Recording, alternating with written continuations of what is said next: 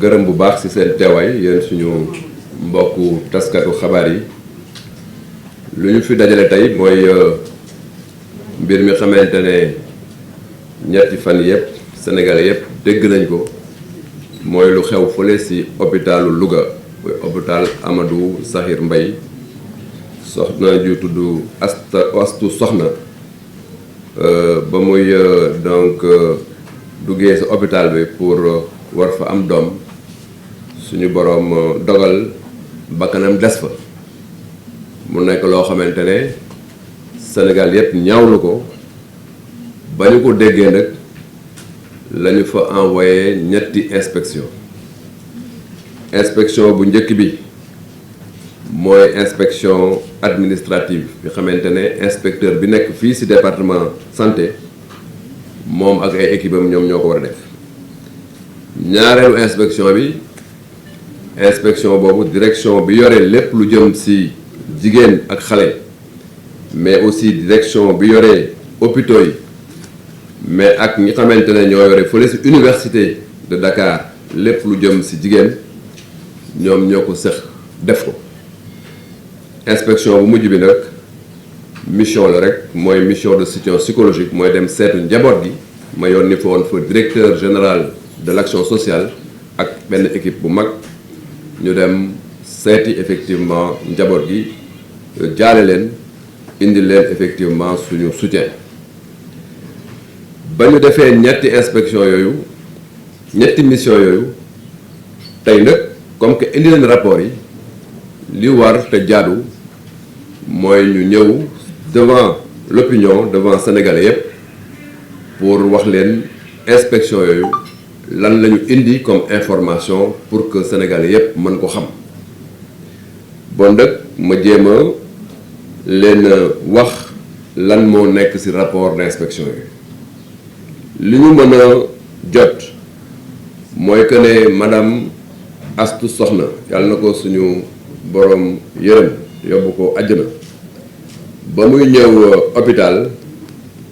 ba ñu ko xoolee gisuñu en tout cas benn feebar boo xamante ne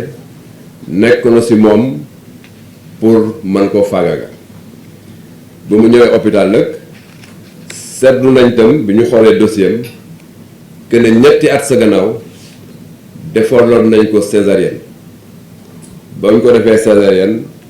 yàlla def na bébé bi mu kii woon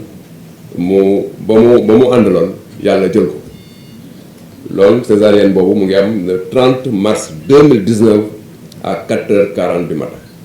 loolu nekk na ci dossier ñu wax ne madame Astou Sokhna bañ ko defalee césarienne boobu ba pare lépp lu waroon ci faj jëm ci cardiologie walla wàllu roñoo loolu yëpp def na ko loolu dafa bokk ci li xamante ne dafa war boo defee césarienne pour que ñu mën le suivre bon nag mën nañu wax ne le 28 mars 2022 ba madame Astou Sokhna di ñëw hôpital amul woon dara loo xamante ne nekk na jafe-jafe ci wàllu wér-gu-yaram ba mu ñëwee le 28 mars 2022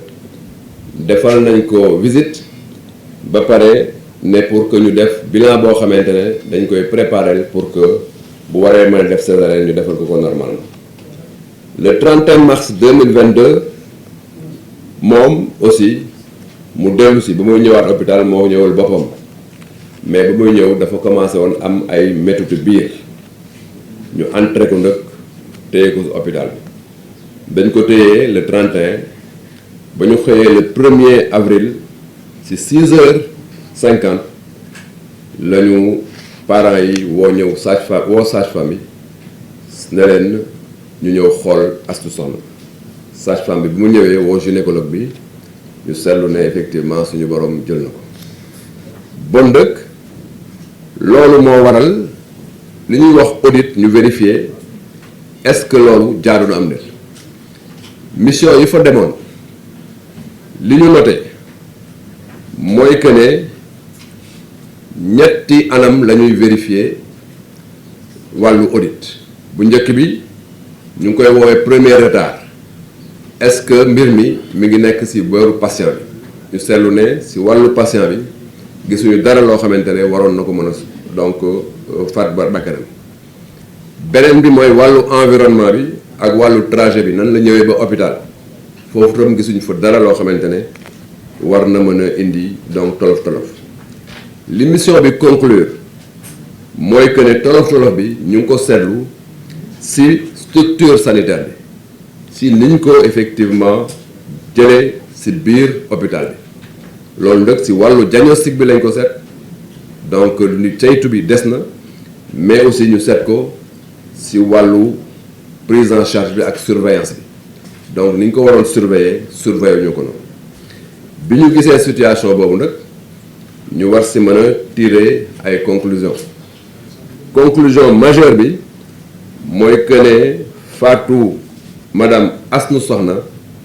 ñu ngi ko tuddee décès maternel évitable mooy que ne gannaaw ndogalu yàlla nee na loo xamante ne waroon nañ ko mën a donc saafara waroon nañ ko mën a mooy expression tubaab bi mooy dañ ko considérer comme un décès maternel évitable à travers une bonne évaluation de risque c'est-à-dire bu ñu ko toppatoo woon bu baax ci diagnostic bi évaluer risque bi ba pare surveiller ko bu baax gannaaw suñu borom Astou Sokhna doon na mucc ci situation boobu nag il fallait que ñu jël ay décision bu njëkk bi ñu jël mooy que ne ñu suspendre directeur hôpital bu ngeen seetloo conseil des ministres bi ñu def démb jël na ndogal boobu pour dindi directeur hôpital bi indi fi beneen directeur bu tudd Abdallah Gueye en parenthèse d'ailleurs Abdallah Gueye boobu maa ngi ko fekk mu nekk directeur hôpitalu Pikine bi mu fi ñëwee en 2017 moo nekk directeur hôpital Pikine ba 2021 mars 2021 mai 2021 plutôt moo indi ko fii mu ñëw renforcer nouvelle direction générale des établissements de santé bon donc loolu c'est une information extrêmement importante parce que 2017 ba may ñëw fii laa ko fekk mu nekk directeur du Pikine te mu ngi fi jógee il y a pas longtemps en mai 2017 ma indi ko mu renforcer une nouvelle direction générale ba xamante ne maa ko fi teg compte tenu de sa compétence et de son sérieux loolu élément d'information la pour quand même mettre de côté yenn fake news yoo xamante ne des fois mën na jaxase xel ni beneen décision bi ñu jël mooy ci biir hôpital bi képp koo xamante ne agent la te nga newoon ci dispositif bi xamante ne moo doon toppatoo Astou Sokhna ñu jël la dugal la ci benn procédure boo xamante ne disciplinaire boo xamante ne hôpital bi moom moo koy conduire ñooñu nag hôpital bi dana xool seen biir procédure boobu mën na dem jusqu'au licenciement parce que en vérité li ñu def dafa déboucher ci donc faat bakkan beneen élément bi am solo te ma bëgg ko noter mooy que ne li xew ci wàllu Astou Sokhna nekk na lu Sénégal lépp ñaawlu nekk na lu ñu regretter ñun ñëpp nekk na loo xamante ne wax dëgg yàlla donc du luy taaral suñu système waane ndëkk ñu noté ne système de santé bi ñu ngi def liggéey bu mucc ayib ñu ngi def liggéey boo xamante ne liggéey bu am solo la surtout ci temps yi passé renforcer nañ ko considérablement mais ay jigéen ak ay góor ñoo xamante ne ñoom ñoo ci nekk ay agent de santé di liggéey boo xamante ne liggéey bu Sénégal yépp rafetlu daa mbir mi metti na mais occasion la pour man tam pour que ma ñaax leen ñu gën a jàpp seen liggéey parce que seen taxawaay Sénégal yàgg na ko rafetlu may noter tam pour terminer que ne Sénégal dafa def ay performances yu am solo ci wàllu mortalité maternelle et néonatale mooy xayma bi xamante ne dañ koy xayma réew yi di xool ban réew moo gën a am situation yi ñuy dund tey mooy jigéen bakkanam dem ci wàllu donc njur loolu ndëkk dafa nekk indicateur OMS indicateur bu am solo Sénégal ndëkk tey ci sous-région bi UEMOA moom moo fi juutu ci indicateur boobu moom moo fa gën a nekk ci kanam parce que 2019 ñu ngi doon tourner ci indicateur boo xamante ne 386 naissances décès pour 100 000 naissances vivantes la mais en 2019 ñu ngi ci 276 décès 236 décès pour 100 000 naissances vivantes gis ngeen ne évolution bu am solo am na foofu bon nag nañu continuer effectivement ci effort yooyu mais ñu ñaax personnel de santé bi ak d'action sociale ñu taxaw pour que performance ak njàmbaar bi leen réew mi yëpp xamee ñu continuer ko may terminer ci benn élément d'information bu am solo parce que en plus effort yu ñu def ci ressources humaines yi dañuy continuer di def ay effort tam ci li jëm ci jumtukaay yi ak structure de santé ci cadre boobu laay annoncé d'ailleurs que ne l'hôpital Aristide Le Dantec projet wu état bi sur instruction président Macky Sall mooy que ñu tabaxaat ko totalement loolu itam élément bu am solo la te ci ay fan yu néew danañu effectivement donc am benn rencontre boo xamante ne certainement chef de l'État moom moo koy diriger pour que ñu xool yan modalité la ñuy jël pour que reconstruction hôpital Dantec ñu mën ci gaaw nu mu gënee